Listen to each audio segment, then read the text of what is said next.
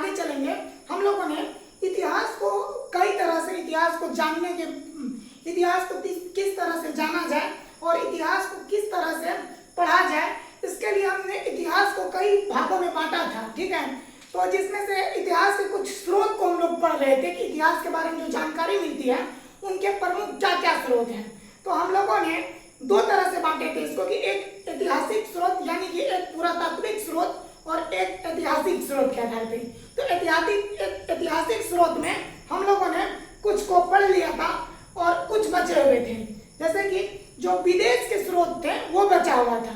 तो आज हम लोग ऐतिहासिक स्रोत में विदेशी विवरण की बात करेंगे, जिससे कि भारतीय इतिहास या इतिहास के बारे में जानकारी मिलती है। तो आइए बात करते हैं हम लोग विदेशी स्रोत के बारे में। तो साहित्य स्रोत में हम लोग चलेंगे।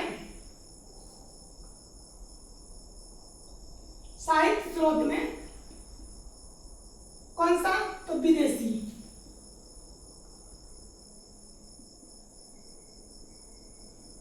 इसमें सबसे पहले हम लोग बात करते हैं यूनान की। अगर यूनानी की बात किया जाए तो यूनानी में जो पहला व्यक्ति था उसका नाम था मेगास्थनीज।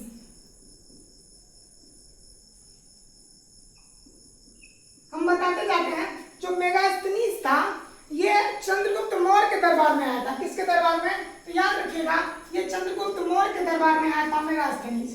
मेगास्थनीज होता ये किसके दरबार में आया था? चंद्रगुप्त मौर्य के दरबार में मेगास्थनीज आया था। याद रखिएगा चंद्रगुप्त मौर्य के दरबार में कौन आया था? मेगास्थनीज। चंद्रगुप्त मौर्य के दरबार में आए थे कौन? तो मेगास्थनीज। इसको याद रखिएगा चंद्रगुप्त मौर्य के दरबार में मेगास्थनीज आया था। कौन आया था? मेगास्थनीज आया था, चंद्रगुप्त मौर्य के दरबार में आया था। और ये सेल्यूकस निकेटर का राजदूत था। किसका? सेल्यूकस निकेटर का राजदूत था। ठीक है, और इसका जो किताब का नाम था उसका नाम था इंडिका। क्या नाम है? इंडिका। इंडिका इसका किताब का नाम है। ये प्रमुख किताब है, पूछे जाती है। और इस इंडिका में जो मौर्य साम्राज्य था इनकी सामाजिक व्यवस्था की बहुत अच्छा से विस्तार की गई है। तो ये इंडिका जो है वो किसकी पुस्तक है? तो वो मेगास्थनीज की पुस्तक है। ठीक है, तो आइए अब आगे चलते हैं, ध्यान से समझिएगा। तो मेगास्थनीज किसकी पुस्तक है? तो मेगास्थनीज की जो पुस्तक है उसका नाम है इंडिका। ठीक है, यह मौर्य काल के बारे में इसकी जानकारी मिलती है।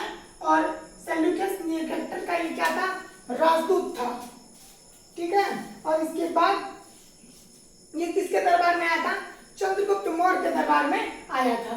अब हम लोग यूनानी में ही दूसरा पे चलते हैं।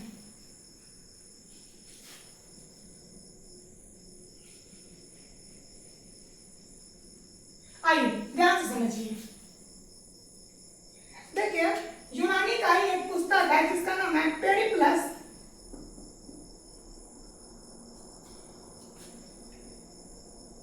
ऑफ एथियंसी।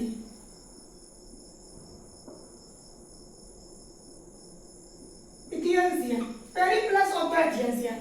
ये जो पुस्तक है ये अज्ञात व्यक्ति के द्वारा लिखा गया है। मतलब इनको कौन लिखा है कोई पता नहीं है, अज्ञात व्यक्ति के द्वारा लिखा गया है। और इससे भी भारतीय इतिहास के बारे में जानकारी मिलता है। इसको याद रखिएगा, इसमें जो इसको याद रखिएगा, इसमें ना लाल सागर का वर्णन है। लाल सागर का वर्णन है। किसका वर्णन है? लाल सागर का वर्णन है। आगे चलते हैं दूसरा पे।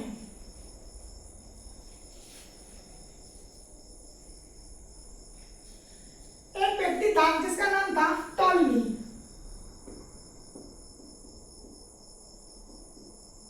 टॉलमी इसने एक पुस्तक लिखा है जिसका नाम है ज्योग्राफिका।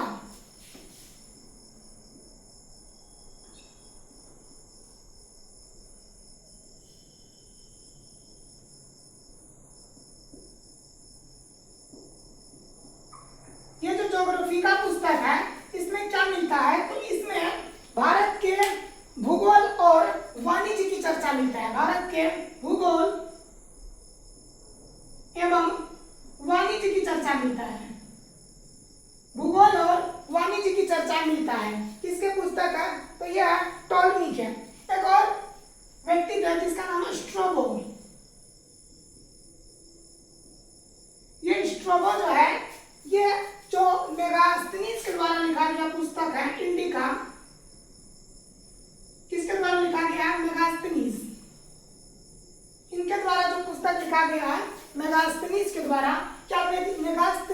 द्वारा क्या किया, सभी वर्णन को इसने स्ट्रैबो ने क्या माना है, काल्पनिक माना है। स्ट्रैबो ने इसको क्या माना है, काल्पनिक माना है। समझ गए बात को। अब आते हैं हम लोग आगे, ध्यान से समझिएगा। यहाँ तक समझ आ गया, एक बार आप लोग इसको देख लीजिए।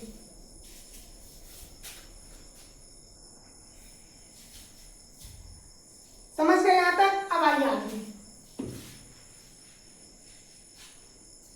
अब आगे हम लोग बात करते हैं, एक व्यक्ति और हुआ यूनान में जिसका नाम था हेरोडोटस। हेरोडोटस के बारे में अगर बात किया जाए तो हेरोडोटस जो था, इसको भारतीय इतिहास का पिता कहा जाता है। इसके नाम से तो आप लोग रूबरू हो गए ही, मतलब इसको पहचानते ही होंगे।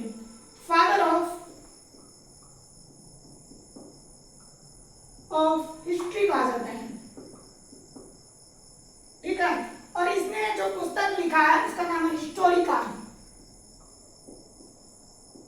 हिस्टोरिका नाम का यह पुस्तक लिखा है। तो ये सभी यूनानी थे जिसके किताब से या जिसने भारतीय इतिहास या इतिहास के बारे में वर्णन किया है। अब हम लोग चलते हैं, एक रोमन है जिसका नाम है प्लिनी।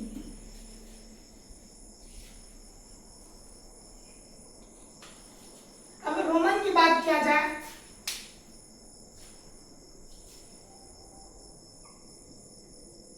एक रोमन है जिसका नाम है प्लिनी। ये रोमन यात्री हुए हैं जिसने अपना किताब लिखा था नेचुरल हिस्टोरिका।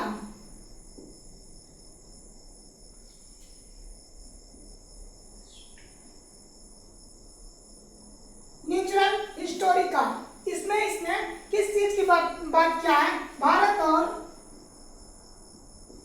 और इटली के व्यापार की वर्णन किया है। भारत और इटली के व्यापार की वर्णन किया है। क्या क्या है, तो भारत और इटली के व्यापार का वर्णन क्या है, कौन, तो प्लिनी ने। किताब का नाम क्या है, नेचुरल हिस्टोरिका या नेचुरल हिस्ट्री। समझ गए। अब हम लोग चलते हैं आगे। आगे हम लोग बात करते हैं चीनी यात्री के बारे में।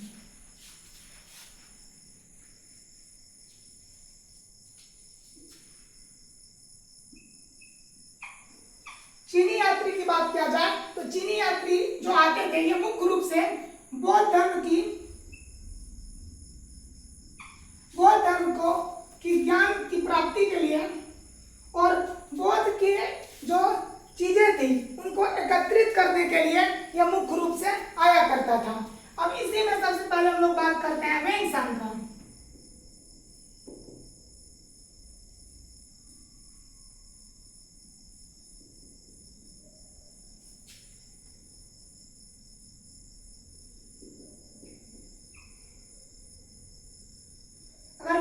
की बात किया जाए, ध्यान समझिएगा। वेंगसान ये चीनी यात्री था, मुख्य रूप से ये भी आया था किस चीज को, तो बौद्ध धर्म की जानकारी प्राप्त करने के लिए और बौद्ध धर्म को की जो कृतियां हैं उनको एकत्रित करने के लिए कौन आया था, वेंगसान आया था। कौन आया था, वेंगसान। ध्यान समझिएगा, एक बार आप लोग देखिए इसको, कौन आया था, वेंगसान आया था।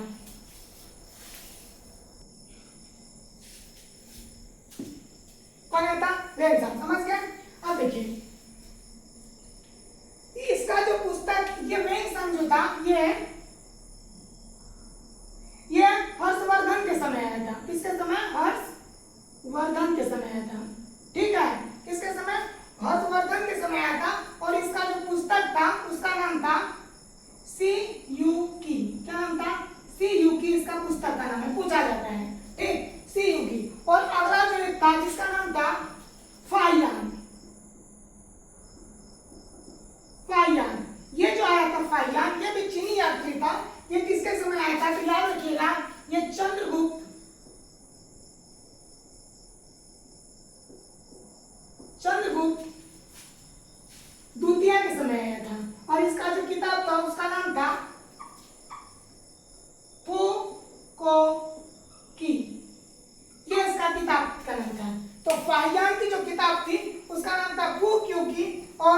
जो वेन्सान का किताब था उसका नाम था सीयूकी।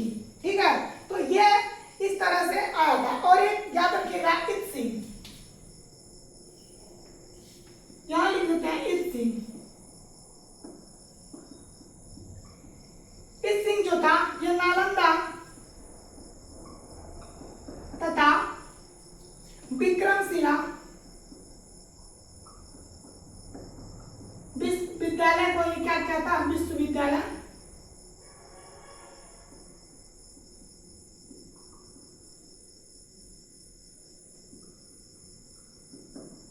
विश्वविद्यालय की यात्रा की थी। तो ये सभी जो था ये चीनी यात्री थे। ये जो इनके जो विवरण है इनसे भी भारतीय इतिहास के बारे में जानकारी मिलती है। अब हम लोग चलते हैं आगे, ध्यान से समझिएगा। ये समझ के बाद को एक बार आप लोग इसको देख लीजिए।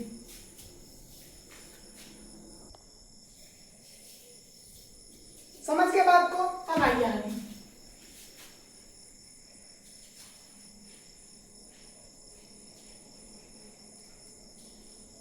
अब हम बात करते हैं अरबी के बारे में। अरबी की बात किया जाए तो इसमें जो था, इसमें एक था सुलेमान।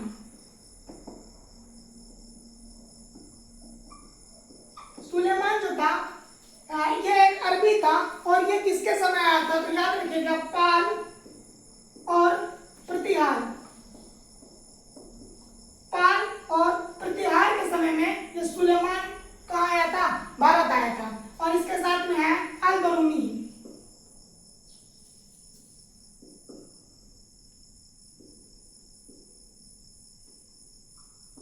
ये जो अल बरूनी था इसने लिखा है किताब उल हिंद। और ये मोहम्मद गजनी के समय में, ये मोहम्मद गजनी के समय में भारत आया था। ठीक, तो ये सभी जो था ये भारतीय इतिहास के जो विदेशी स्रोत थे, जो इतिहास के बारे में जानकारी के विदेशी स्रोत थे, साहित्य स्रोत के अंदर में जो लोग विदेशी स्रोत देख रहे थे उसमें से ये सभी को हम लोगों ने देखा और इनसे ज्यादा पूछा भी नहीं जाएगा। तो इस तरह से हम लोगों ने विदेशी स्रोत को पूरा अच्छा से कंप्लीट कर लिया है।